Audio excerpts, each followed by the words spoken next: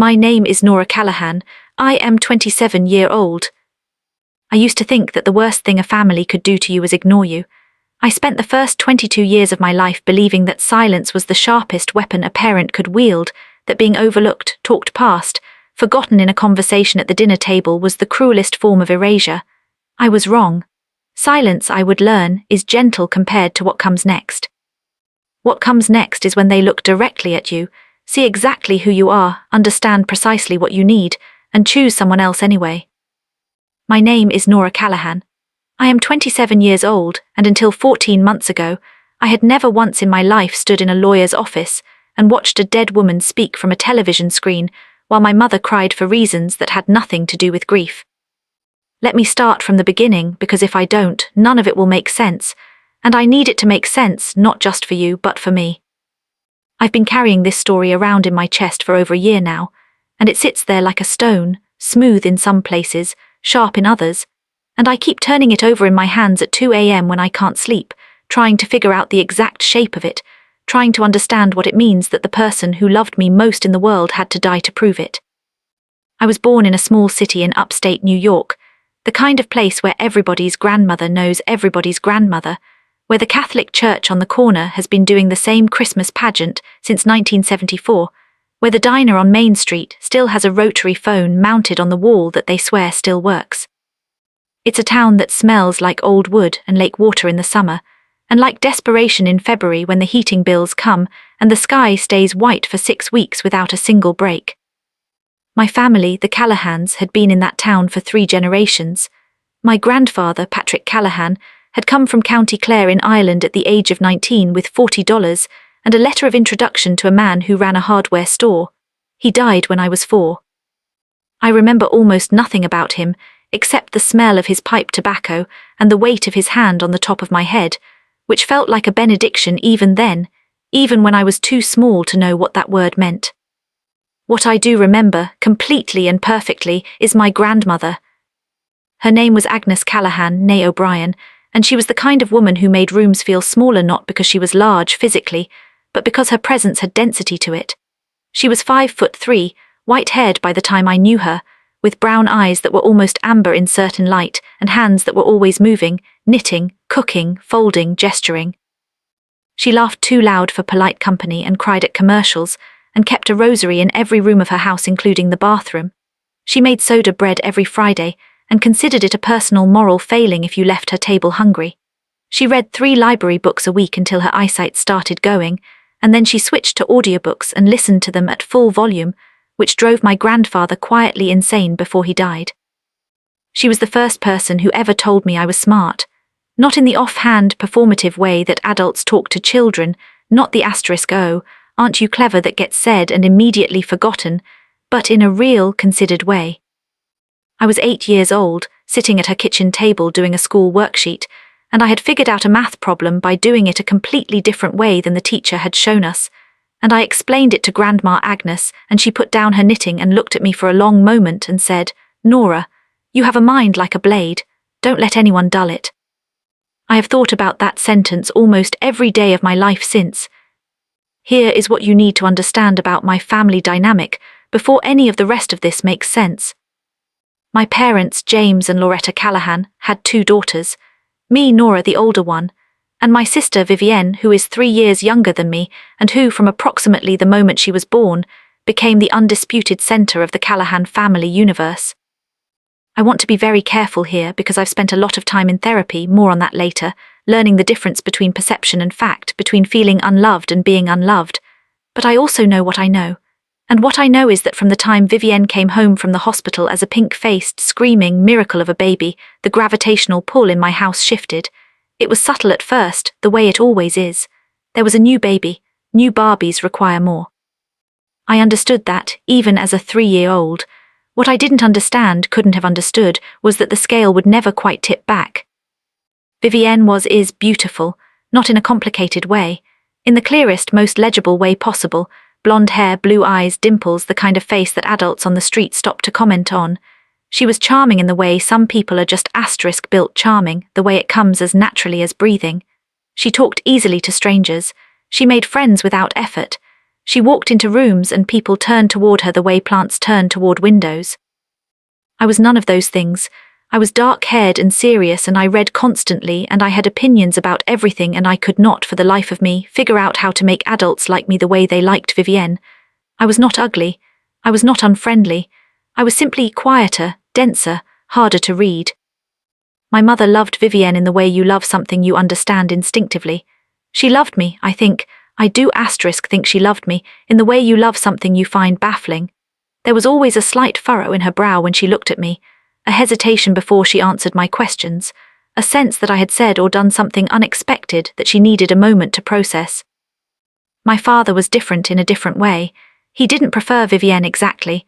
He preferred peace, and Vivienne was easy and I was not, and so he defaulted toward her the way water defaults toward the lowest point. School was where I came alive. Let me just say it plainly because it is relevant, I was academically exceptional, not in a studying all night, grinding, joyless way, in a genuinely, deeply curious way. I loved learning the way some people love sports or music. I devoured everything. I finished high school with the highest GPA in my class. I got into a very good university on a partial scholarship and worked 2 part-time jobs to cover the rest. I studied economics and then discovered I loved it and doubled down, and graduated summa cum laude and got into a master's program, which I completed at 24. Vivienne, meanwhile, and I say this without judgment, I say it only as context, dropped out of community college after 1 semester, cycled through several boyfriends, worked a series of retail and service jobs, and by the time I was finishing my master's she was 23 and living back at home with my parents. Which is when things started to get complicated. Grandma Agnes lived on her own until she was 81. She had a small house that she and my grandfather had bought in 1969, paid off completely, furnished with a combination of things she'd saved up for carefully and things people had given her over the years that she'd kept because she couldn't bear to be wasteful. It was the most welcoming house I have ever been in. It smelled like bread and lavender and old books, and something I can only describe as asterisk warmth, some combination of elements that I have never successfully reproduced anywhere I've lived, though I've tried. I visited her every week from the time I got my driver's license. Even when I was in college 3 hours away, I came home most weekends, not to see my parents if I'm honest, but to sit in Grandma Agnes's kitchen and drink tea and talk to her about what I was studying and what I was thinking and what I wanted my life to look like. She was the only person in my family who asked me those questions, the only one who seemed to believe that my interior life was worth examining. Vivienne visited too, but less often and in a different way. Vivienne visited the way people visit when they need something. She blew in and out, kissed Grandma Agnes on the cheek, ate whatever was on the stove, borrowed $20 and blew out again. Grandma Agnes loved her. I don't doubt that. She loved us both. But I think she saw me in a way she could not quite see Vivienne, who was always moving too fast to be seen clearly. When Grandma Agnes was 81, she had a fall in her kitchen and broke her hip. The recovery was hard. She was in the hospital for 2 weeks and then in a rehabilitation facility for 6 weeks after that, and when she came home she was diminished in ways that were visible and ways that weren't. She moved more slowly. She tired more easily. She became, for the first time in my memory, a little bit afraid. My parents' solution was to suggest she move in with them. Her solution was to suggest that she would rather die. What actually happened was that she agreed to have someone come in mornings to help her, and she kept her house, and I drove over twice a week instead of once, and we continued having our tea and our conversations, except now she sometimes fell asleep in her chair mid-sentence and woke up embarrassed, and I pretended not to notice.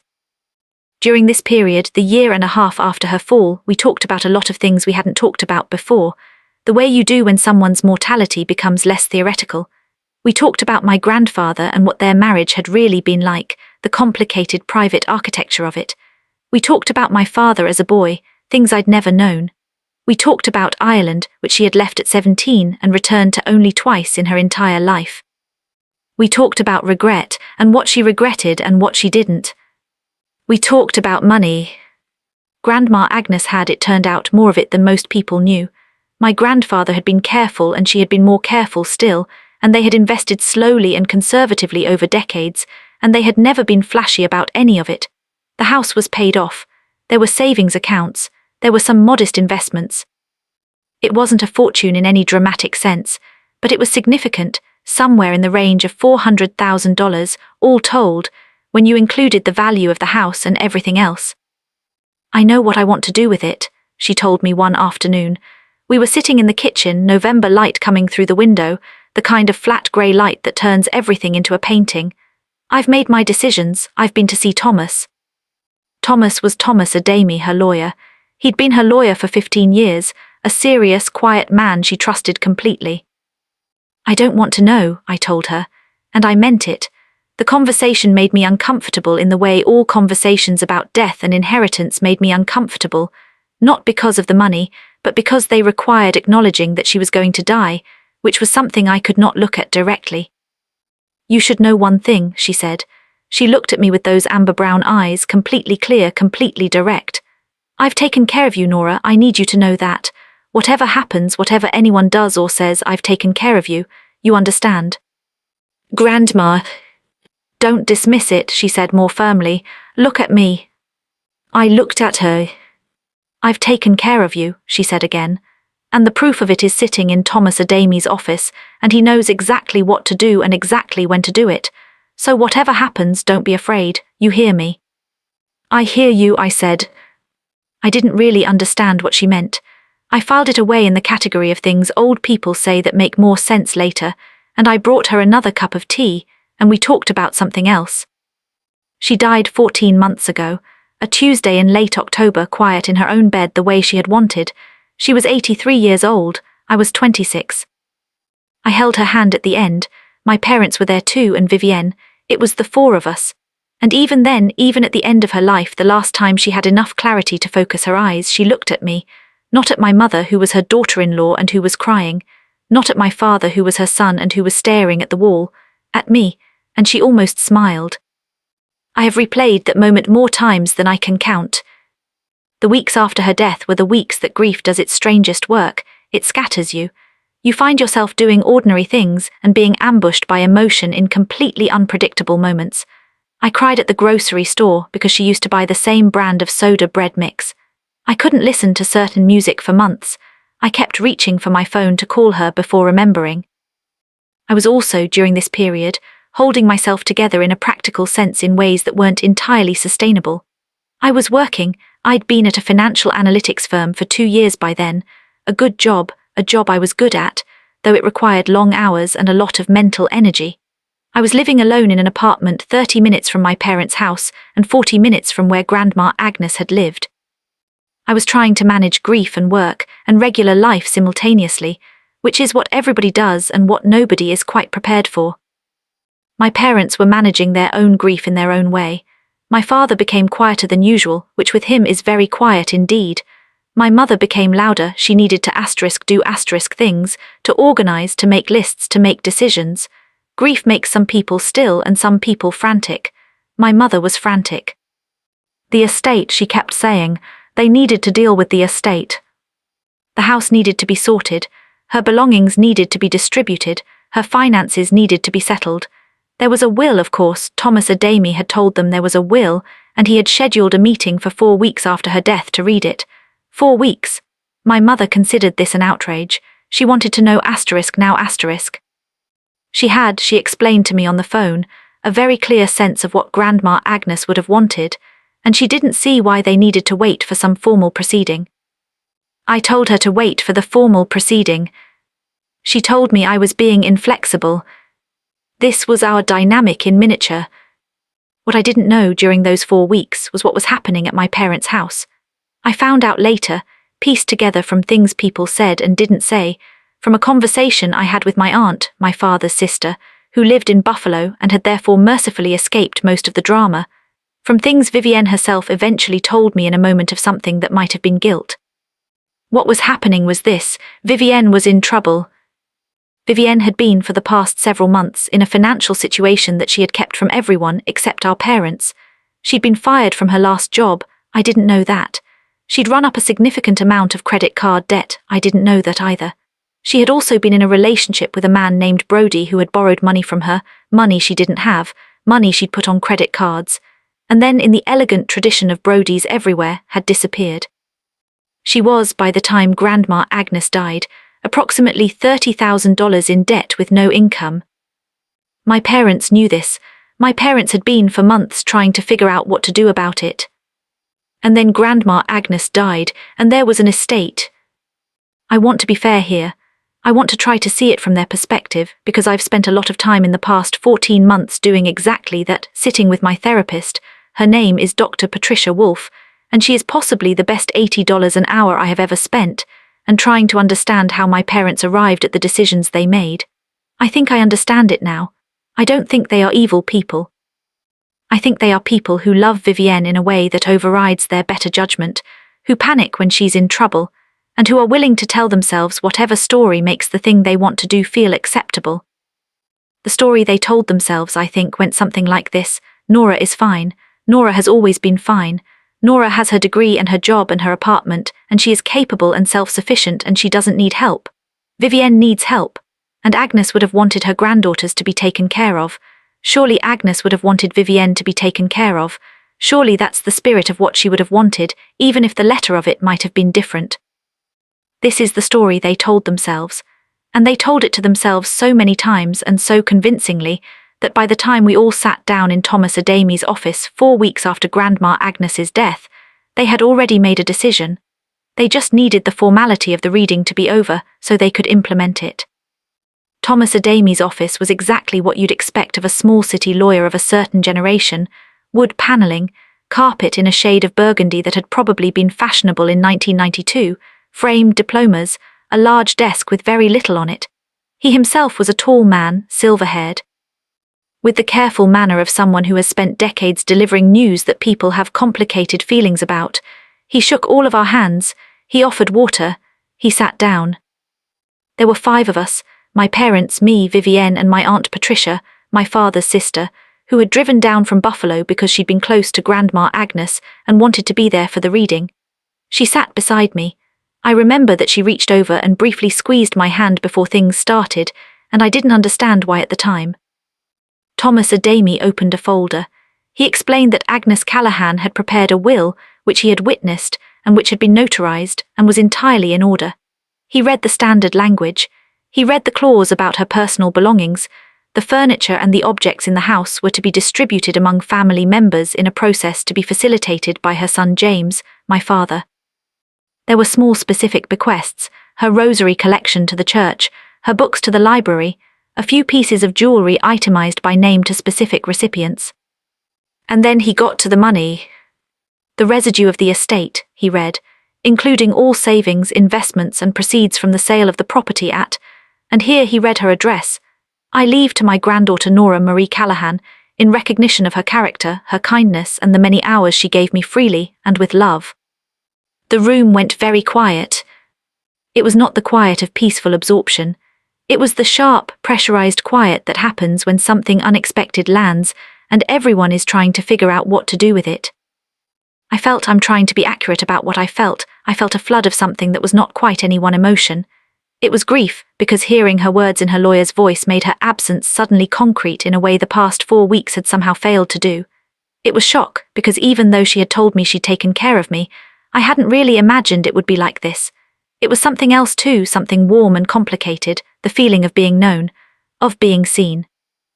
Of a woman who had been dead for 4 weeks still, somehow looking at me and saying, I see you, I know what you're worth.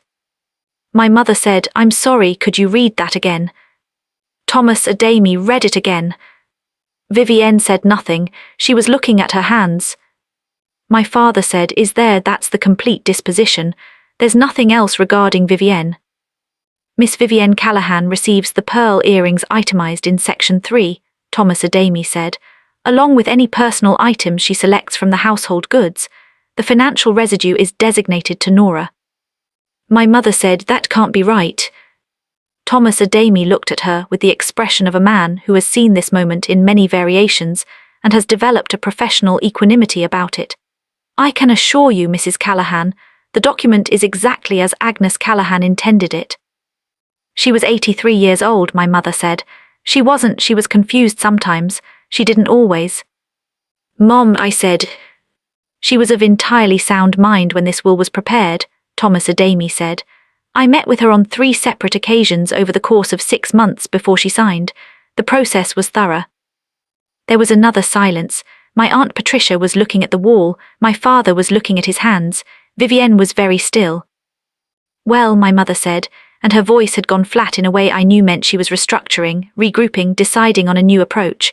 Well, of course, we'll need some time to process this. We drove home, or rather my parents and Vivienne drove home to their house. Patricia drove to her hotel, I drove to my apartment. I sat on my couch for about 2 hours and did not turn on any lights. I thought about her, about the way she'd said I've taken care of you and the way she'd looked at me at the end. I thought about all the hours in that kitchen, all the cups of tea, all the conversations. I thought about what it meant that she had decided deliberately, over 6 months in 3 meetings with her lawyer, to do this.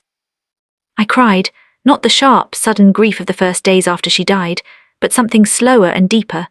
The kind of crying that feels less like sadness and more like love, finding its way out through the only exit available. My phone buzzed. Patricia, call me when you can. I called her. I want you to know, Patricia said without preamble, that I am not surprised, and I want you to know that what Agnes did was right. She knew what she was doing and she knew why. Don't let anyone tell you otherwise. Do you know what's coming? I asked. I have a very good guess, she said. Your mother was already on the phone with your father before they got out of the parking lot. I was parked near them and I could hear her even with my windows up. What was she saying? She was saying, Patricia said carefully, that something needed to be done about Vivienne's situation and that Agnes clearly hadn't known about it and that family takes care of family. I absorbed this. She's going to ask you to share it, Patricia said, or give it, or whatever word makes it sound less like what it is. And what is it? It's taking from you what Agnes gave you, Patricia said. That's what it is.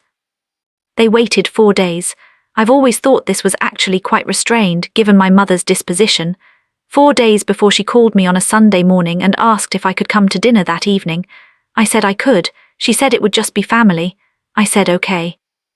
It was me, my parents, and Vivienne, seated at the dining room table that had been in that house for my entire life. My mother had made pot roast. The unspoken language of serious family conversations in our house was always expressed through pot roast. If you got pot roast, something significant was happening. Vivienne wouldn't look at me. She spent most of the meal pushing food around her plate and looking out the window, which was unlike her. Vivienne is usually the engine of any conversation she's in. Her silence felt like a symptom of something. My mother waited until dessert, apple pie, another escalating sign to bring it up. We've been thinking, she began, about the situation with the estate. I said, we think, your father and I both think, that Agnes may not have been fully aware of everything that was going on when she made those decisions. With Vivienne's situation, the trouble she's been having. What trouble? I said, because I wanted it said out loud. My mother looked at Vivienne. Vivienne looked at the table. I've been having some financial problems, Vivienne said. A little over 30,000 in debt, and I'm not working right now. I didn't know that, I said. We know you didn't know, my father said. We've been trying to handle it quietly. Agnes didn't know either, my mother said. We didn't want to worry her, especially after the fall, if she had known. You don't know what she would have done if she'd known, I said. She would have wanted to help Vivienne, my mother said. You know she would have, she loved Vivienne. She loved both of us, I said. Of course she did. My mother's voice was reasonable, careful, the voice she uses when she is trying to appear to be saying one thing while actually saying another. Of course she did. And she took care of you, Nora. She did. But you're doing well. You have your job, your apartment, you're not in trouble. Vivienne is in trouble right now, and we really believe that it would be what Agnes would have wanted if she had known the full picture, to make sure Vivienne is taken care of. The silence at the table was very complete. What exactly are you asking? I said. We're not asking you to give it all, my father said, and he had the grace to sound uncomfortable. We're thinking if you were to put in perhaps enough to help Vivienne clear her debt and get back on her feet. How much? I said. 35,000, my mother said, to clear the debt with a small buffer. I looked at my sister. She was looking at her apple pie with an expression of misery that was, I thought, genuine. Whatever role Vivienne had played in this dinner, She did not look like a woman who was entirely comfortable with it. "And if I say no," I said. My mother's eyes did something complicated. "We're asking you, Nora, as a family, we're asking you to think about what family means." "I know what family means," I said. "I learned it from Grandma Agnes." I went home without giving them an answer. They did not wait patiently for one. Over the following 2 weeks I received daily contact from my mother, sometimes phone calls, sometimes texts. Sometimes emails that were carefully worded to appear reasonable, but carried a distinct undercurrent of pressure. She sent me an article about sibling relationships and financial responsibility within families. She sent me a Bible verse. She told me in one phone call that she had spoken to Father Donnelly at the church, and that he had thoughts about generosity and stewardship of blessing that she thought I should hear. I did not speak to Father Donnelly. My father called once briefly, and said only that he hoped I was thinking it over and that he loved me. This, from him, was actually the most affecting of all the attempts, because he rarely said the last part, and I knew it cost him something. Vivienne texted me once, "I'm sorry, I know this isn't fair. I told them not to push you. I didn't respond because I didn't know what to say." What was happening to me internally during this period was complicated. I want to be honest about it. Part of me, the part that had spent her entire childhood wanting her parents' approval, the part that was still at 26, susceptible to the feeling of being the difficult one, the selfish one, the one making everything harder, that part was wavering. Because that's what pressure does. It finds the soft spots. I kept thinking, what would Grandma Agnes say? And I kept coming back to the same thing, not the fact of the money but the conversation in her kitchen. "I've taken care of you." She hadn't said, "I've left you something that you should share with your sister if your sister gets into trouble." She had said, "I've taken care of you," specifically, deliberately, me. I called Patricia.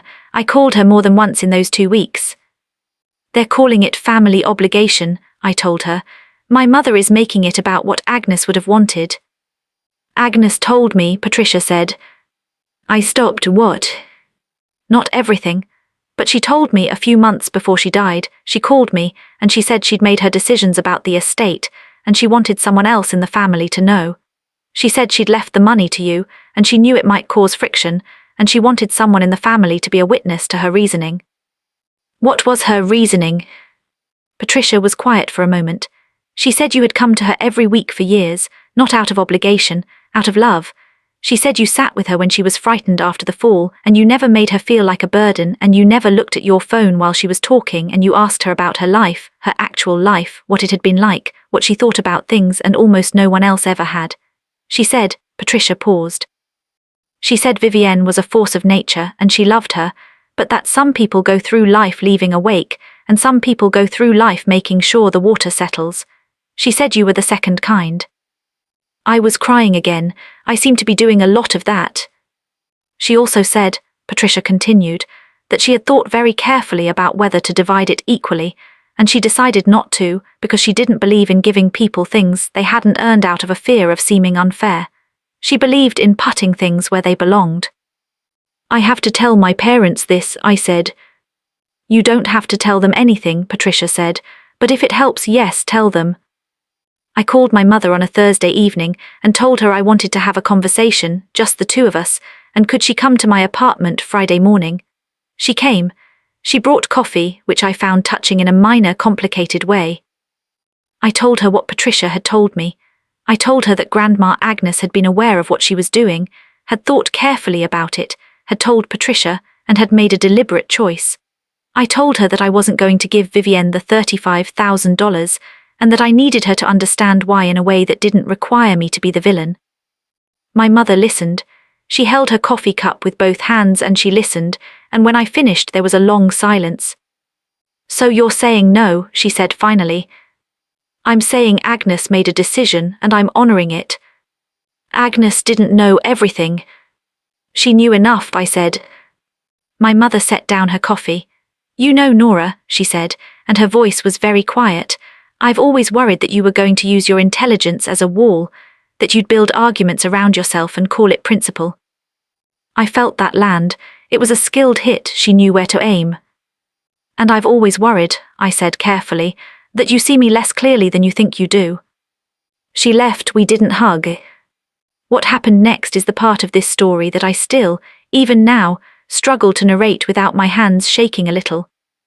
My mother, having failed to persuade me directly, decided on a different approach. I did not find out about this approach until approximately 3 weeks later, when I got a call from Thomas Adami. Thomas Adami, whose voice I associated by then with pot roast and formality and the sound of my grandmother's words in a stranger's mouth, was calling me on a Wednesday afternoon. I was at work. I stepped out of the office and stood in the hallway and listened.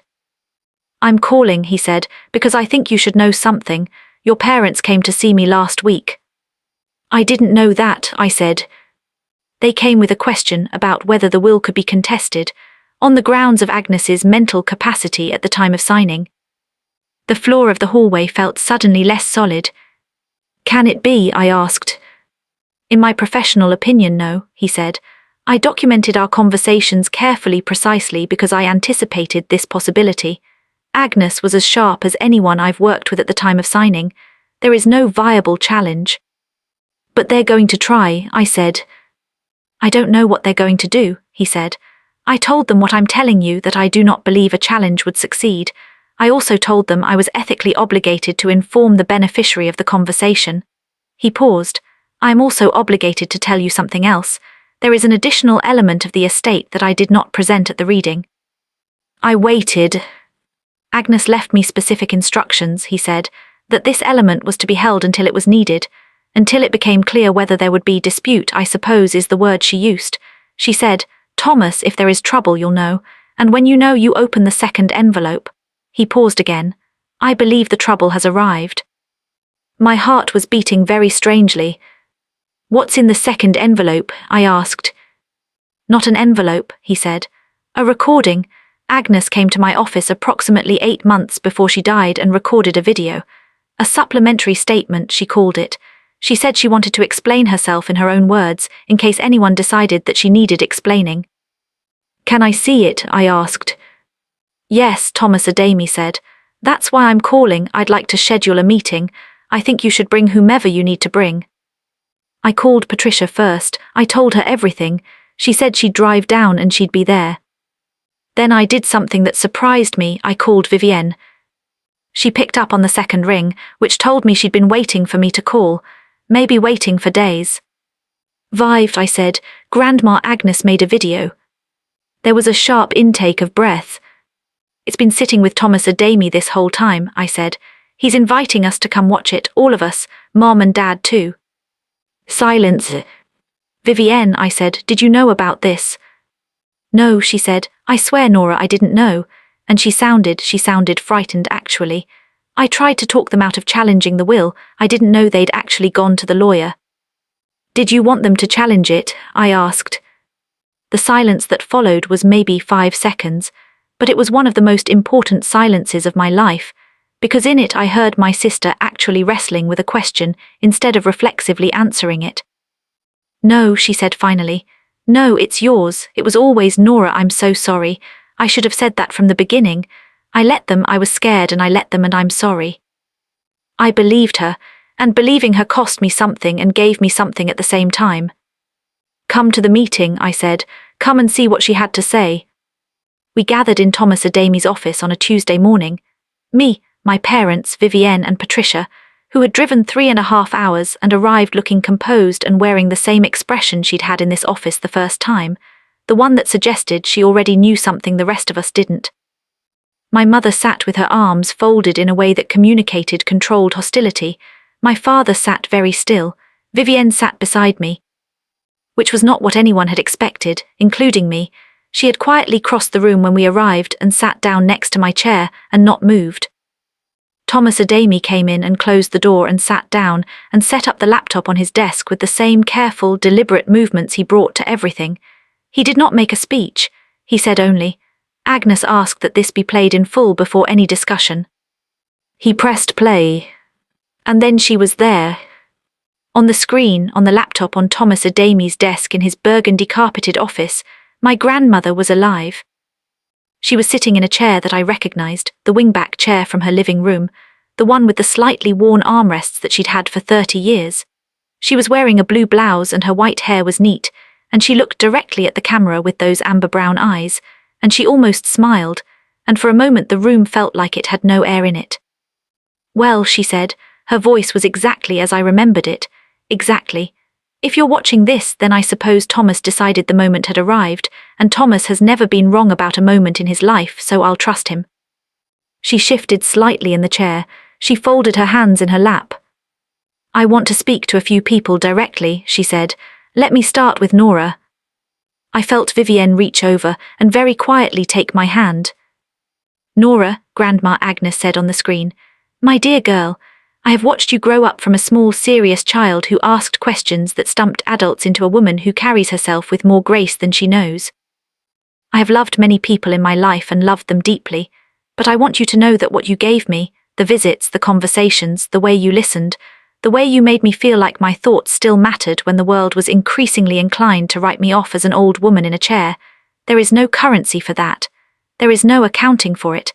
I did not leave you what I left you as a transaction. I left it to you because I believe in putting things where they belong, and the care and the love you showed me belongs to you in return. I will not apologize for my decision, and I will not pretend it was made in confusion. My mind was perfectly clear. Thomas can confirm that. I confirmed it 3 times. She paused. She looked down at her hands for a moment. "Now," she said, and her voice shifted slightly, the fond tone giving way to something more measured, "I want to speak to James and Loretta." My father made a small sound. My mother's arms, if possible, folded tighter. "James," she said, "my son, you are a good man who has spent most of his life choosing the path of least resistance, and I say that not as a condemnation, but as an observation from a woman who watched you do it for 50 years. I know it comes from a good heart, you don't like conflict, you never have. But there is a particular cost to being a peacekeeper in a family, and it is usually paid by the child who doesn't need peace kept in her direction because she is capable of managing on her own. You let Nora manage on her own for a very long time. I hope you'll think about what it cost her." My father was very still. "Loretta," she said, and now her voice was careful in the way of someone holding something fragile. "I have known you for 30 years. You married my son and you gave me grandchildren, and I have never doubted that you love your daughters. But love, Loretta, is not one size. Some people need more protecting and some people need more witnessing, and when you have one of each, the danger is always that the one who seems sturdy gets less. Nora has always been sturdy, and I think you mistook that for needlessness. She is not needless. She simply did not make her needs as loud, and that is a virtue, not a reason to overlook her."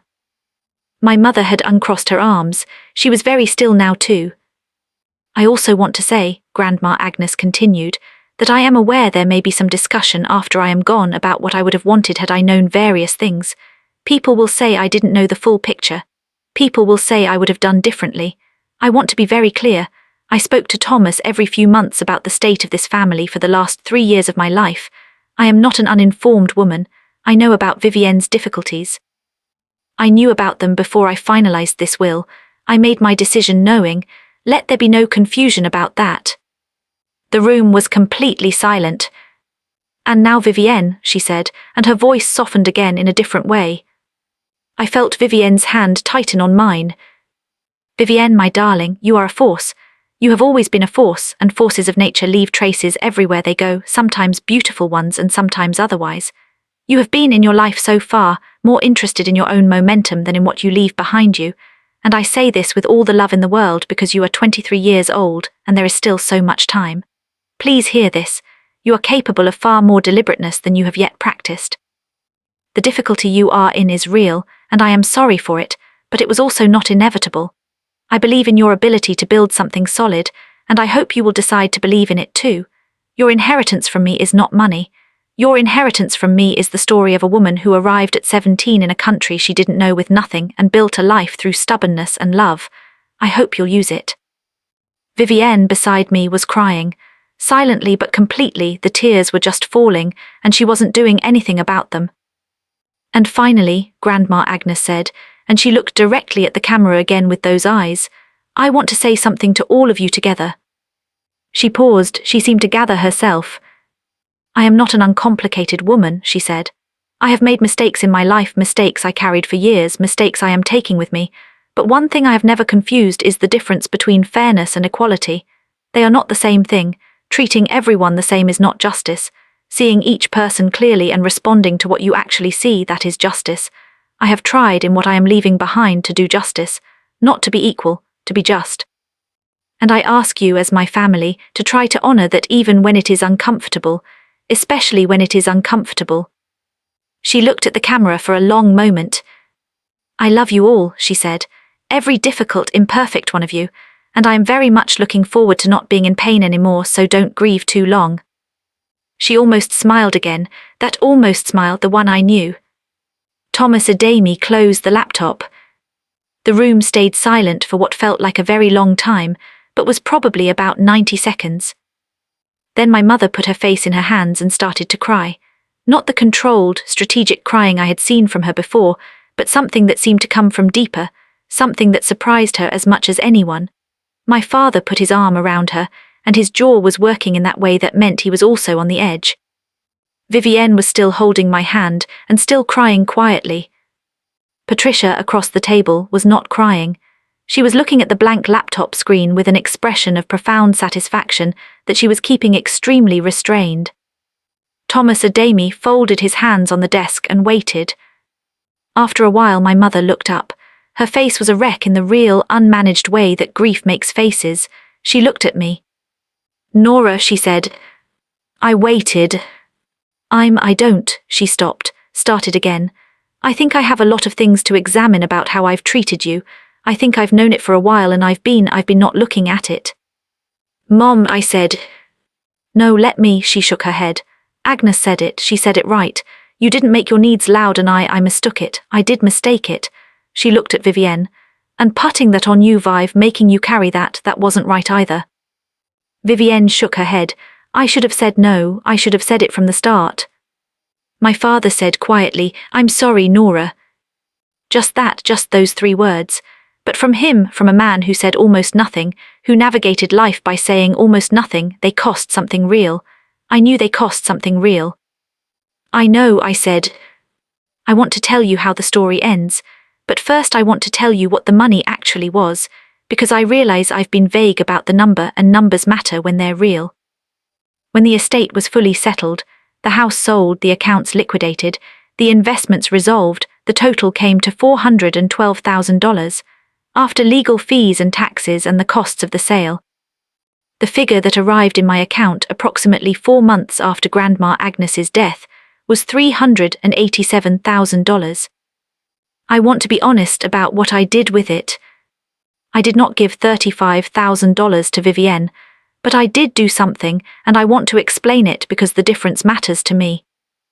About 6 weeks after the meeting in Thomas Adami's office, Vivienne called me. She had gotten a job, a real one, in the office of a small non-profit that did housing advocacy work, entry-level, not a lot of money but real and stable. She was going to credit counseling. She had a plan for the debt. She asked me, not as something she expected, but haltingly, as something she was almost afraid to ask, whether I would be willing to co-sign a loan application that would allow her to consolidate the credit card debt at a lower interest rate.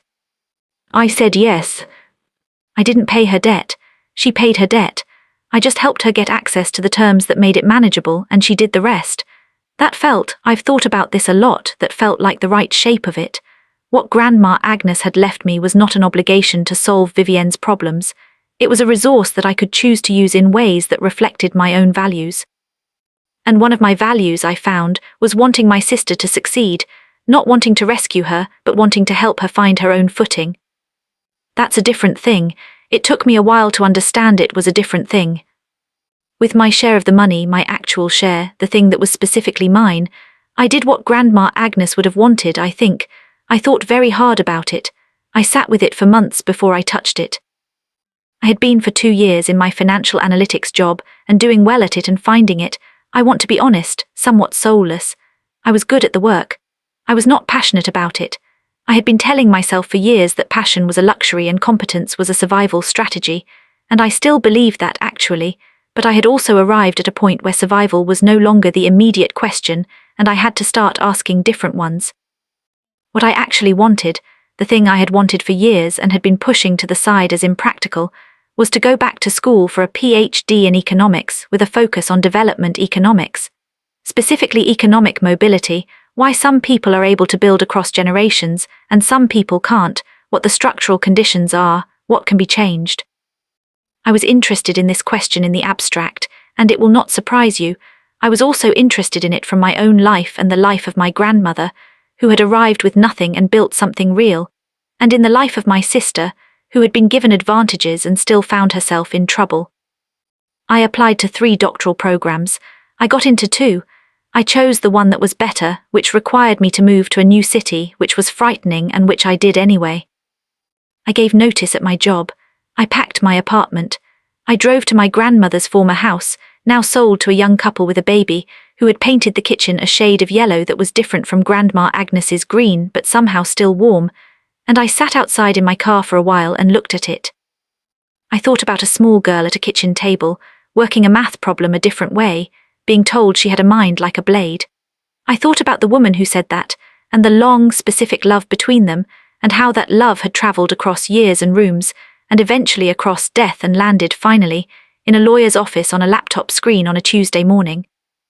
I thought about how the most important things in a life are often the quietest ones, the weekly visits, the cups of tea, the choice to listen instead of talk, the choice to ask questions instead of waiting for your turn, the choice made deliberately and over time to show someone that their existence has weight. She taught me that. She taught me that by doing it for me, and I spent years doing it for her, and now she was gone and I was carrying it forward into whatever came next. I put the car in drive. There's more, of course, there's always more. My mother and I did not mend our relationship overnight. That is not how mending works. What happened instead was slow and real and imperfect, which is to say it was the only kind of mending that lasts. She came to visit me in my new city 3 months after I moved, and we went to a cafe and sat across from each other, and both of us were awkward and neither of us fully knew how to be, but we stayed for 2 hours, and when we left she hugged me for a long time. She said, walking to the parking garage, I keep hearing her, your grandmother, I keep thinking about what she said. About what specifically? I asked. About the difference between witnessing someone and protecting them, she said. I think I always felt like as long as you were okay, I didn't need to do more, but okay isn't the same as seen. No, I said, it's not. I'm going to try to be better at that, she said. I can't promise I'll be good at it, but I'm going to try. I know, I said, and I reached over and took her hand briefly, the way Vivienne had taken mine in that lawyer's office, and she looked down at our hands with an expression of surprise, and then something that softened. My father calls me every Sunday now. Short calls, he is not a man of many words, and a Sunday call from him runs about 8 minutes including all the silences, but he calls. He asks about my program. He listens to my answers. He said on one of the early calls, I've been thinking about what Agnes said, about the path of least resistance. He didn't say anything else about it, but he kept calling. Vivienne and we are becoming something different than we were. Not close in the way people imagine sisters are close, not the seamless, comfortable closeness that some siblings have.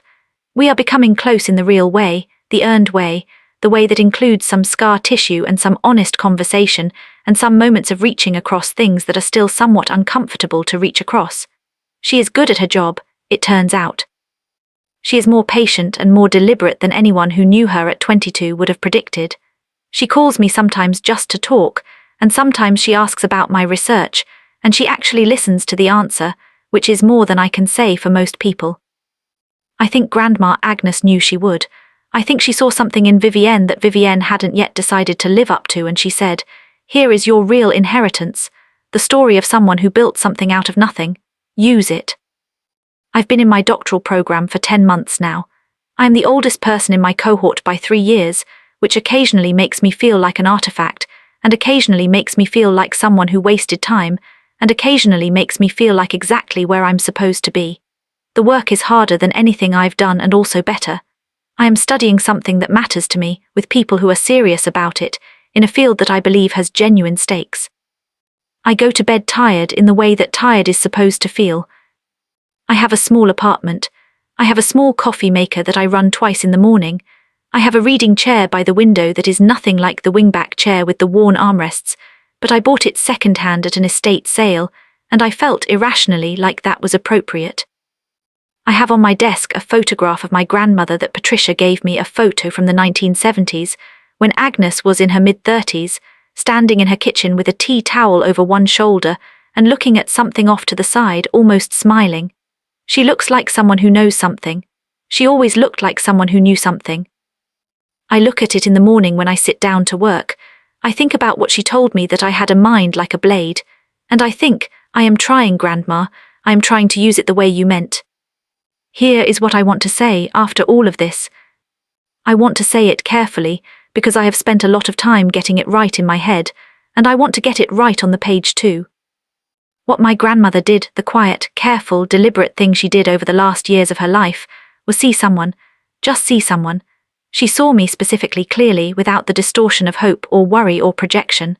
She looked at me and registered what was actually there, and she made decisions based on what she saw rather than what was expected or convenient or equal. And that act of seeing, that sustained, specific, years-long act of attention, saved something in me. I don't know exactly what to call what it saved. My sense of worth, my belief that I was legible to someone. My ability to trust that the choices I was making about who to be were the right ones, some combination of all of those, probably. I also want to say this, the money helped. I want to be honest about that, because there's a kind of narrative that floats around these stories where people say things like it wasn't really about the money, and while that's partly true, it's also a little dishonest. The money, the amount of it, the security of it, the way it transformed the question of asterisk, can I afford to study what I love, from no asterisk to yes. The money helped in a concrete, material way that shaped the trajectory of my life. To pretend otherwise would be sentimental in a way my grandmother would not have appreciated. She was a practical woman. She left me money because money does something. She understood that resources are power, and she chose, deliberately, to direct power toward someone she believed would use it with integrity. But the money is not the whole thing. The whole thing is harder to name. The whole thing is, someone can look at you for the last years of your life and think that one is worth seeing clearly, and they can leave the proof of it behind them when they go, and the proof can speak in their own voice from a screen in a lawyer's office on a Tuesday morning and say, I chose you, not by accident, not by default, I looked at all of it and I chose you. And somehow, even though she is gone, that choosing makes the room feel less empty. I went back to her house one more time before the new owners moved in. The real estate agent let me in for an hour as a courtesy, just me alone in the empty rooms. The kitchen was the hardest. Without the table, without the smell of bread, without the sound of the kettle, it was just a room, 4 walls, a floor, a window, ordinary. And yet, I stood at the window for a while. Outside was the backyard where she'd kept a garden for decades, now overgrown. She hadn't been able to tend it much after the fall, and by the end it was just a patch of whatever volunteered. Clover and something that might have been lavender gone wild, and the persistent remains of a rose bush she'd planted the year my grandfather died. I thought about all the cups of tea, hundreds of them over the years. I thought about the way she'd put down her knitting to listen. I thought about every time she'd asked me what I was thinking, really thinking, and actually waited for the answer. I thought about the video, about watching her on that screen and hearing her voice and having the strange, gutting experience of grief and love arriving at the same time in the same room, the way her presence in that recording made her absence suddenly complete, and also somehow made it bearable. She had known she was going. She had prepared for it. She had thought about what she wanted to leave and where she wanted to leave it, and she had left it with care. That is a kind of love that I don't have a word for, the kind that makes provisions for its own absence, the kind that plans for after. I took one thing from the house, with the permission of the real estate agent and the new owners, who were gracious about it when I explained. The rose bush, or rather a cutting from it. I'd looked it up beforehand, how to take a proper cutting, how to keep it alive, what it needed to root. I'd brought the things I needed in a small bag. I took my cutting, I wrapped it carefully. I drove it to my new city 3 hours away, and I planted it in a pot on my apartment balcony that I had bought for exactly this purpose. It is small, and it is still figuring out whether it wants to survive, and the conditions on my balcony are not perfect, and I water it every day and talk to it sometimes, which my neighbor probably finds concerning. It has new growth on it, 3 small leaves, green and slightly shiny, reaching toward the light. Last month I was in the library, the graduate research library at my university, the big one, with the high ceilings and the smell of old books that is almost but not quite the smell of her house, and I was working on a paper. The paper is about intergenerational wealth transfer and educational access, specifically about how the ability to take financial risk on educational investment correlates with what economists call patient capital, resources that don't need to produce an immediate return, that can wait, that can fund the long game. My grandmother, who never went to university, who had never heard the term patient capital in her life, had understood it intuitively. She had understood it the way she understood everything, through the particular, through the specific, through the quiet and close observation of a single human life. I was in the library working on this paper, and I was at a part of the argument that wasn't quite coming together, and I was staring at my notes and then out the window and then back at my notes, and I thought, what would she say? And I heard it as clearly as if she were sitting across from me with a cup of tea. You already know. You just need to stop worrying about whether you're right and say what you see. I turned back to my screen. I wrote 3 paragraphs. They were, in my advisor's estimation the following week, the best 3 paragraphs in the paper. She is in my work. She is in my thinking. She is in the quality of attention I try to bring to the people around me, the effort to look at people clearly, without distortion, and to respond to what I actually see. She gave me that, not just the money, herself and the example of herself and the long proof of a life lived with real attention. I've taken care of you. She really had. Not just once, not just at the end, but for years and years and years, in cups of tea and quiet questions and the specific weight of her attention. That's the inheritance that really matters. The money transformed my choices, but she transformed me. And she started doing it when I was 8 years old at a kitchen table, solving a math problem a different way, and she said, "You have a mind like a blade, Nora. Don't let anyone dull it." I haven't. I won't. I've been lurking on this sub for a while before posting this. I don't usually share things this personal, but I've been working on this paper about intergenerational wealth, and I kept thinking about my own story, and I thought maybe someone else needed to hear it, that being the quiet one doesn't mean you're invisible, that someone is always paying attention, that the people who see you clearly are worth returning to, again and again, because that kind of witness is the rarest and most valuable thing one human being can offer another. And if you have someone in your life who asks you what you're really thinking and actually waits for the answer, go see them this week. Bring something, stay longer than you planned.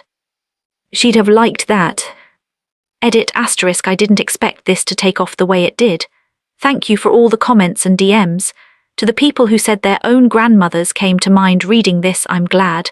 To the person who said they're going to call their grandmother today, please do.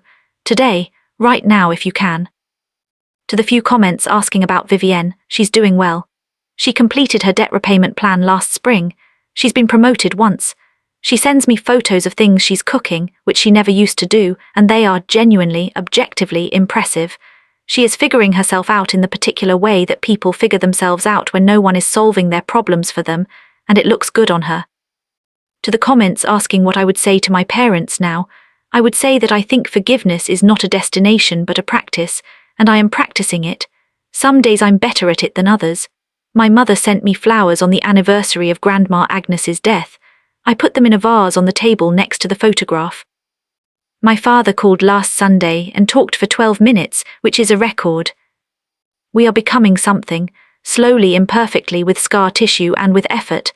I think that's the most honest thing I can say. She told us to try to honor it even when it's uncomfortable, especially when it's uncomfortable. We're trying. Nora Callahan, 27, PhD candidate, first person in my family to pursue a doctorate, currently drinking tea from a blue mug that I bought because the color is almost exactly the color of her kitchen wall, and working on a paper that is, in the most literal and real sense, her legacy. I miss her every day. I use her every day. That's probably the best thing you can say about anyone,